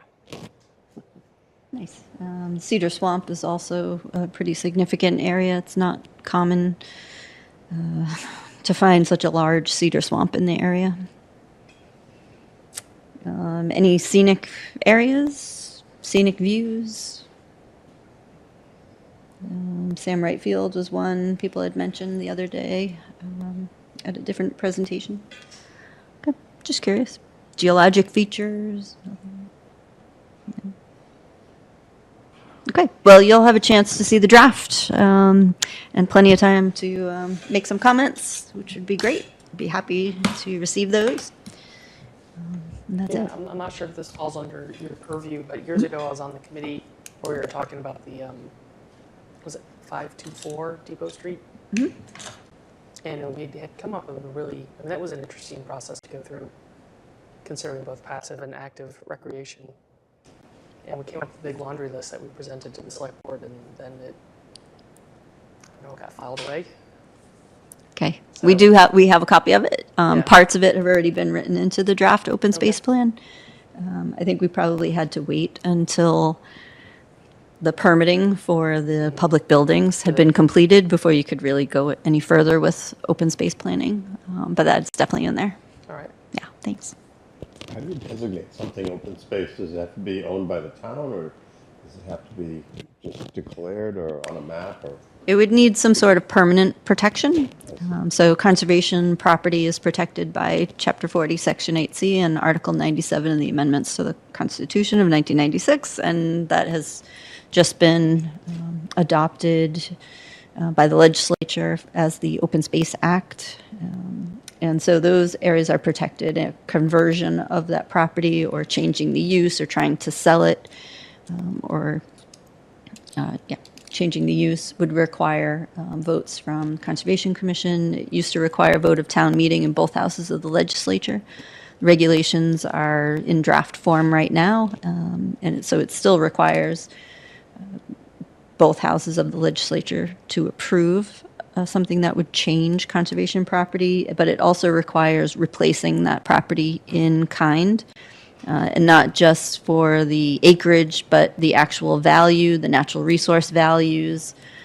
It's a pretty significant thing to try to change, and a lot of work goes into preserving open space, so we try not to change it if we can avoid that. Another method of protecting open space is conservation restrictions. So the property owner or another entity holds the fee, and then there's a restriction either on all of the parcel, which is probably rarer, but at least a portion of the more significant portions of the land. So they can still own it and live there or work there, but the the entity who holds the conservation restriction basically owns the development rights. So they can't put additional buildings or subdivide. And recreation lands that are designated, those are designated as open space Yeah, areas I as guess well. that's what I'm understanding Yeah. now, is there's all different classes. Yes. Yes, So yeah. some are owned by the town and designated such, some aren't. And some they are- might be owned by others. If you have, people are familiar with Chapter 61, A and B, and it protects, agricultural land that's in Chapter 61 is given a real estate discount, as are lands that are in A and B. 61, 61A, 61A is- 61B. Right, can be open space, like the golf courses generally have that designation, so they benefit, but it's considered open space. Thank you. Yes. All right, well, thank you for the Okay. presentation. Thank you. Have a nice night. And if you haven't done the survey yet, feel free to go and fill out the survey. Thank you. Okay. Last on the list is Weber Farm, Lot 6, architectural review with Hometown Builders.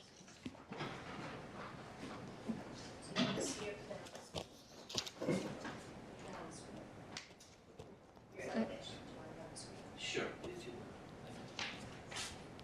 It's the same as yours.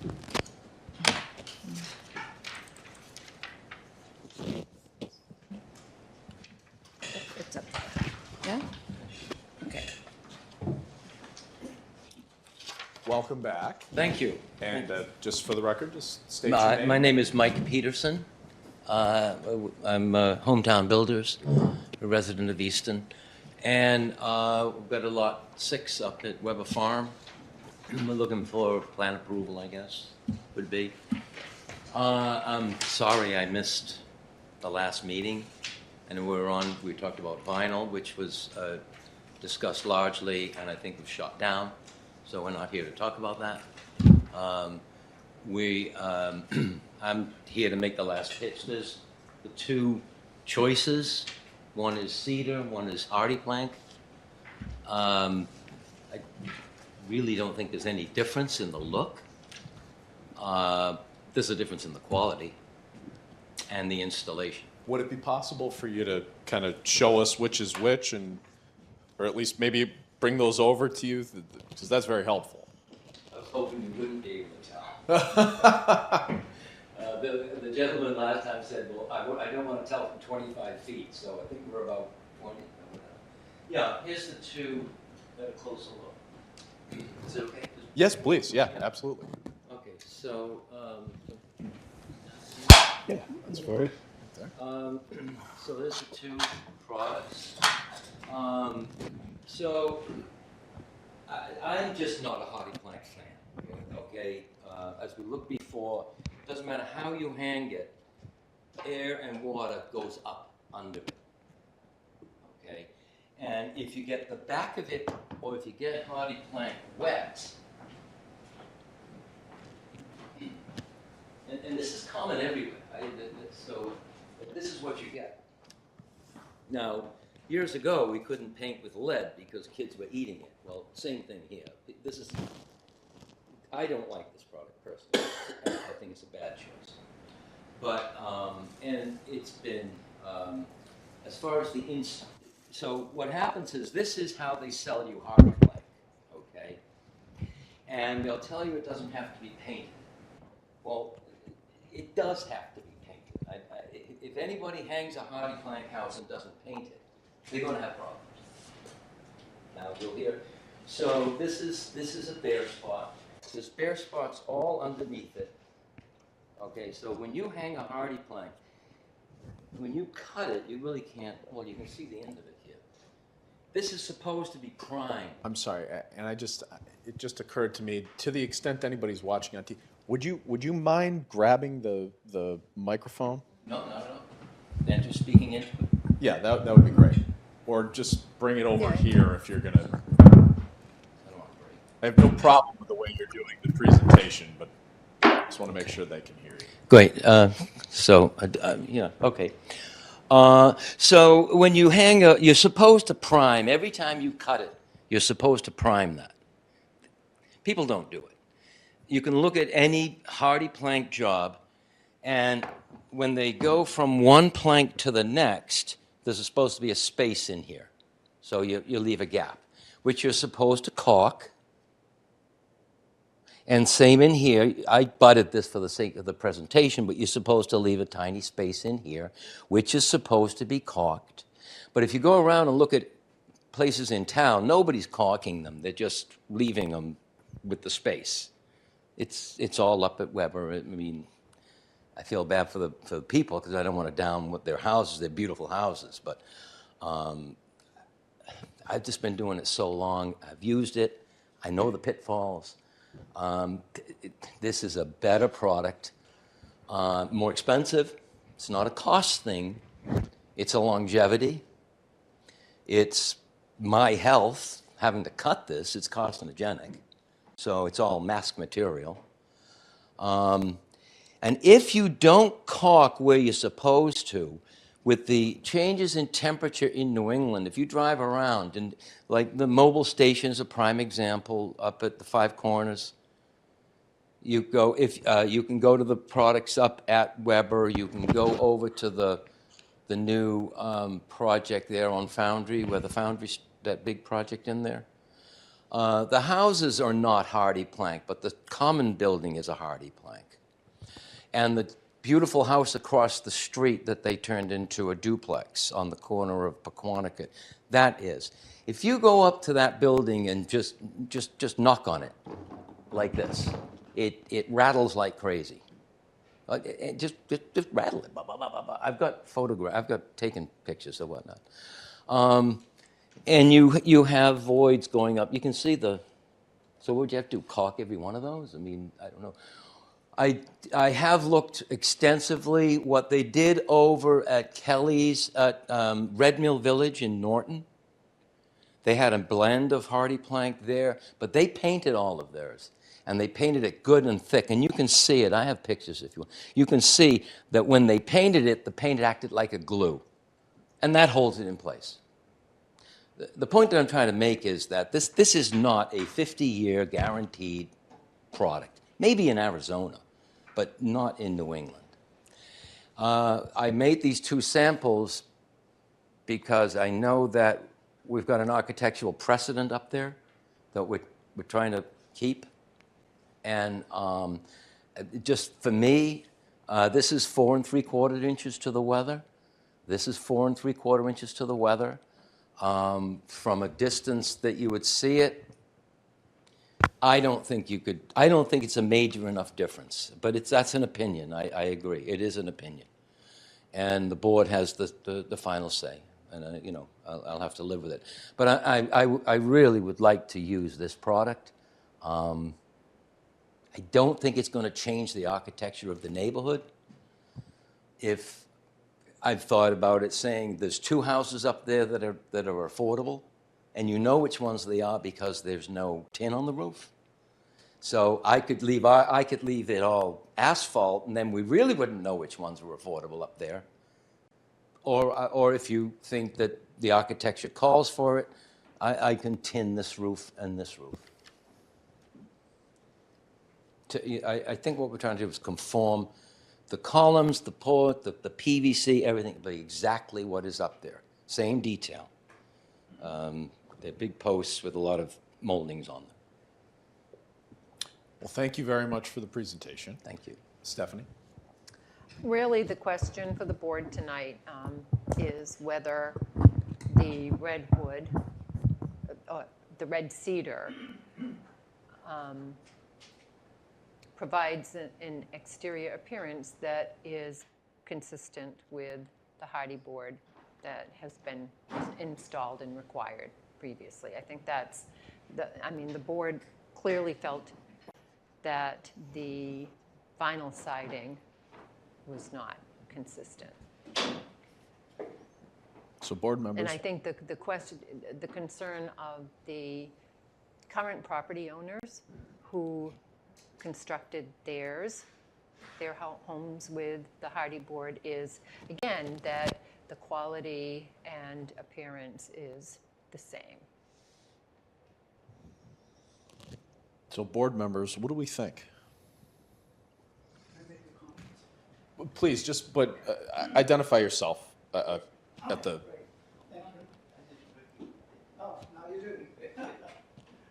Okay, thank you. And before you make a decision, so I'd just like to give you a couple of comments. And I appreciate this planning board. I'm learning so much more about Easton. Could you? If you could just state your name and your address as well. Certainly.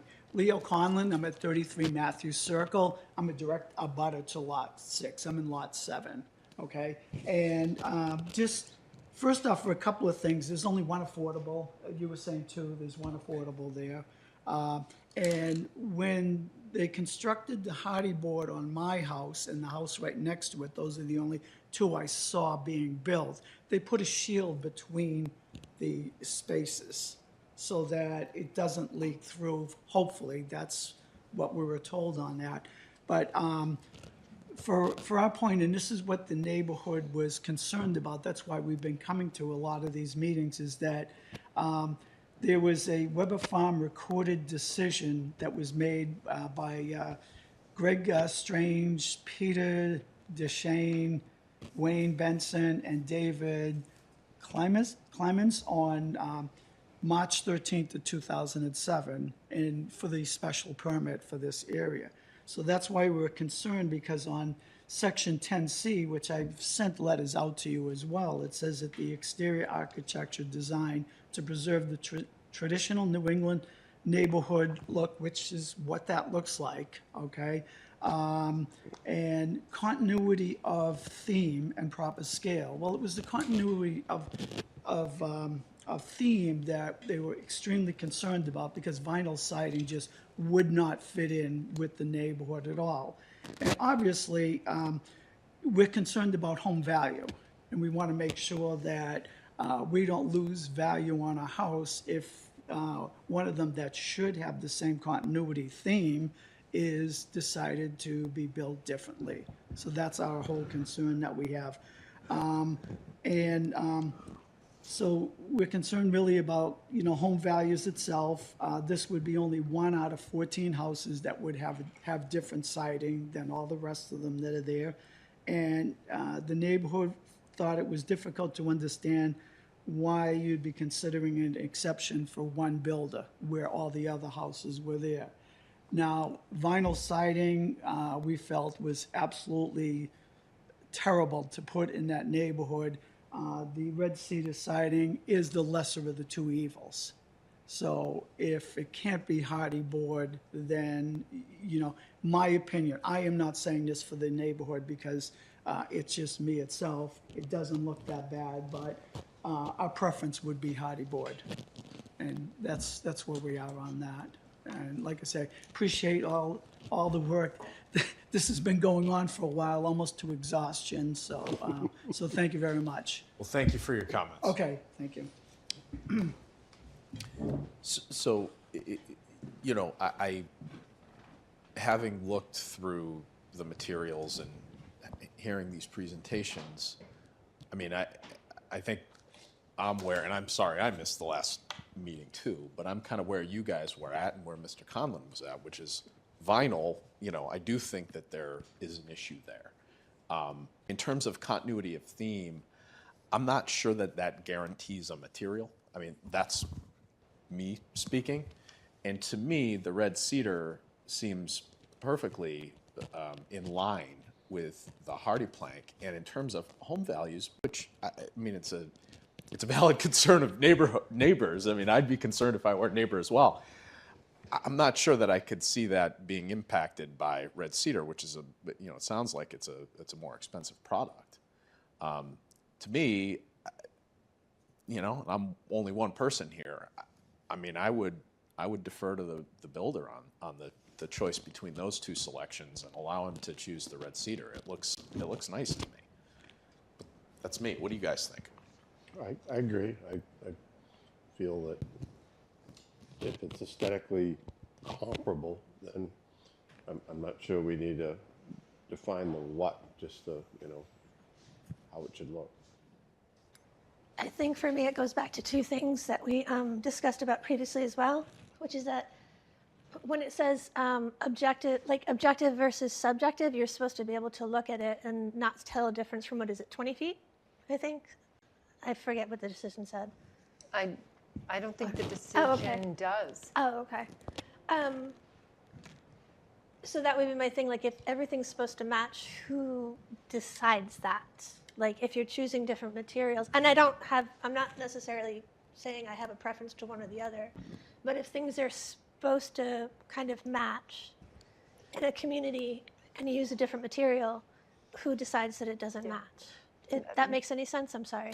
I think it does. I mean, Yeah. I think unfortunately, I think it's us. We weren't Okay. there in 2007. Yeah. But if I could comment on that, I think, again, it wasn't that, and in fact, I think there was discussion amongst the board members, and we've seen that the houses not all be cookie cutter, that they not look exactly alike. It's really that they refer to the New England theme, personally, sitting here, and I'm not, my vote doesn't count, I don't get to vote, but sitting here, if I didn't know which one was which, and as Mr. Peterson brought it up closer, I would not have been able to say this is Hardy Board and this is, until you got very close, because now I have a full education on the rounded bottoms of Hardy Board, and I think that's the only thing. Yeah, I mean, from my perspective, the New England theme and the continuity, it can be different materials. And I mean, I think the clapboard's nice, to be perfectly honest with you. Up close when you can see, I might even have a preference for the clapboard myself. I don't know. And I think in the board, I think the vinyl is very different and really presents itself differently. You can tell a vinyl siding. Well, and then we also had the issue of what happened with the affordable up there. So there was a definite, I mean, I think. Which was very, right. Right. It So the looked vinyl, distinctly- I think the vinyl was clearly an issue between these two. Kathy, what do you think? Yeah, it's hard to tell the difference, one from the other. So do we have a motion? Do we have to do a motion on the architectural approvals? Do we typically? Yes, it requires a vote of the board. Of this And the plan. board needs to approve. So this plan has Yes, red the cedar plan with the- clapboard yeah. called out on it. 4 3/4 of an inch. And the roof is Architectural, is that not shown on this plan? Yeah, architectural 25 shingles, architect. 25 No, I'm years. sorry. I I'm couldn't trying to from the find floor. it. Yeah, right in the Yeah. top of the roof, Okay. right there. Oh, there we go. Charcoal. Thank you.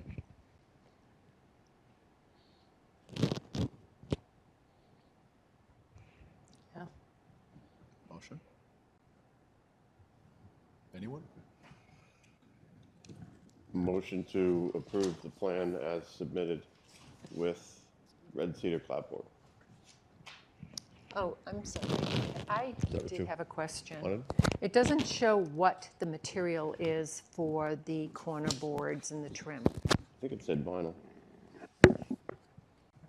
It's just a post and railing to match neighbors? Is that what you mean? Post and railing to Okay, match so neighbors. he does have that's supposed to be the same, which is, PVC skirt or vinyl. The grade. Certainly going to keep them white. It's going to have all the detail, the white detail. If they're down towards the ground like a frieze, I would use a PVC. But there might be some pre-prime pine up at the top and whatnot. That might be behind a gutter but basically,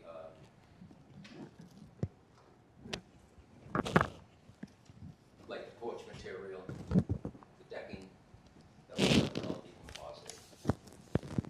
You're not proposing any vinyl. None, well, no vinyl. So, Stephanie, do we need to? No, like tin, I- no bent tin or vinyl. I don't recall, and not having it in front of me, what the trim material was on the other homes.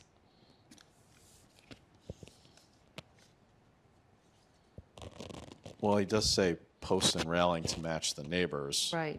And it does say the house will substantially conform to existing houses in neighborhood. I mean, I suppose if there's something that looks wildly out of order that, isn't spelled out here, But I'm neighbors could come back and. I'm guessing the windows themselves in all of the units are a vinyl. I don't think they make wood windows anymore. I would I hope mean, they have. do, but.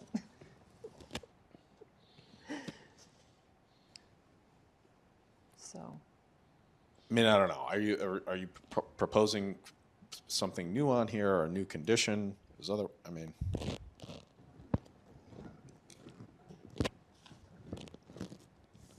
really only this part. Right. The same would be the same. I understand. It's just the color.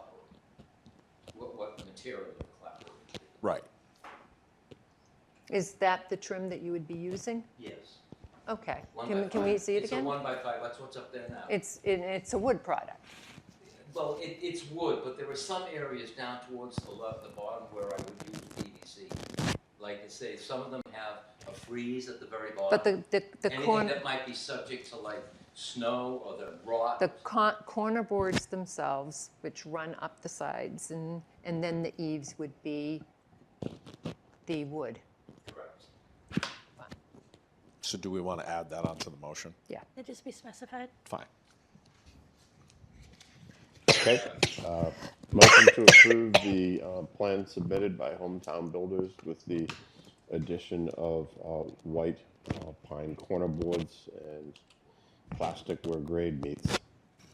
I get it? Second, Kid. Any further discussion? Hearing I none. actually, no, I just thought of a question.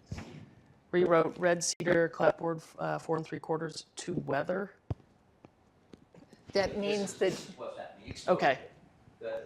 Oh, exposed to weather. Not like a 3-inch, that would look different. Right. You know what I mean? So the same, hardy plant is usually done at about 4 3/4. And Okay. red cedar can be done at varying, but 4 3/4. But you'd so same size. Okay. Can we get that away, maybe? I'm not sure if that's what's causing me Oh. issues, but Yeah. something's causing me to like to have Oh. problems Oh, breathing. geez. I wrapped it up. So we- Yeah, no, Thank something's you. actually causing me to have trouble breathing. I'm not sure if that's it, but All right. Well, while we still have you breathing, Wolf, I, Kid, Aye. Weeks, Aye. and Stetson's and I as well. Good luck. Thank you so much. Thank you. So I just, a quick one, on the building permit, is the trying planning to stop someone board coughing. has to respond. Okay. that's right. Are you at the point that you can respond now? Has this plan been Notice you have that. uploaded Is to that on the application? Yeah. Then, Well, the building department sends out the, I don't know that we've seen a request to sign off yet. all right, I'll chase it down. Okay. All right? Yeah, I'll make sure it's uploaded. And we will be reviewing it to make sure that the plan that you submitted tonight is the plan that's uploaded. causing So me unless you a lot uploaded of that breathing. today, It's at the building department. when did it get uploaded to the, To the building. but you're just coming before the board tonight, and this was just updated recently with showing the red cedar. Correct, I think I have already sent that over. Maybe- Okay. You know, I'll have to review it, I'll see, but I will. The recent- Well, the recent one. all I'm I saying put a is, date we will on it so we will that- make sure that what has been approved is what Yeah, the I think building this is- department has. All right, so we still have just a couple short items here, so thank you for coming in. Thank you. And thank you as well, Mr. Conlon. All right, meeting minutes from January 6th. Comments, motions?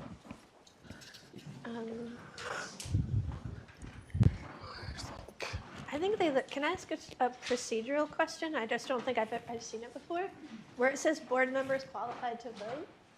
No, I do that, if people miss a meeting. Oh, we got it, send the okay, vo- got it, okay. Mullins, if you were to miss 2 meetings, you wouldn't be qualified to vote. Okay. I was just a, So I yeah, sometimes put it in the minutes, so I have my head ready for the decision. okay. all the time for the decision. Oh, it makes total sense. I was just curious. Good question. I think they look good. Motion to approve the minutes. Wolf? Second, Kid. Any further discussion?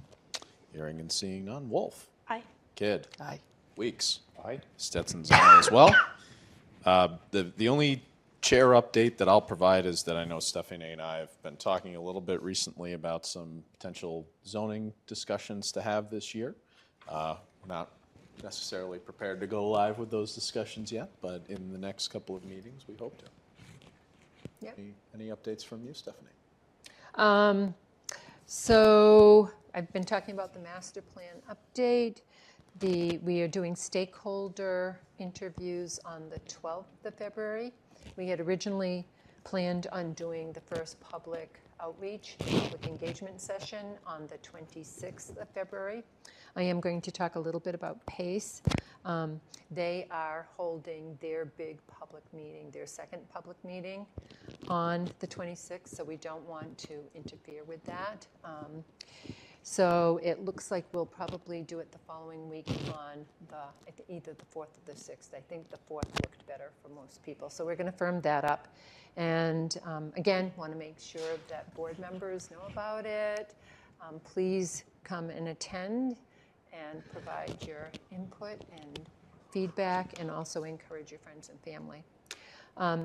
So I haven't talked at all, but I think some board members at least must be familiar with the promoting a sustainable Easton committee that was formed after a vote at town meeting in last May. This committee was formed because the town is looking at financial challenges in the upcoming years because of partly due to the fact that the state has never increased the amount back to the 2006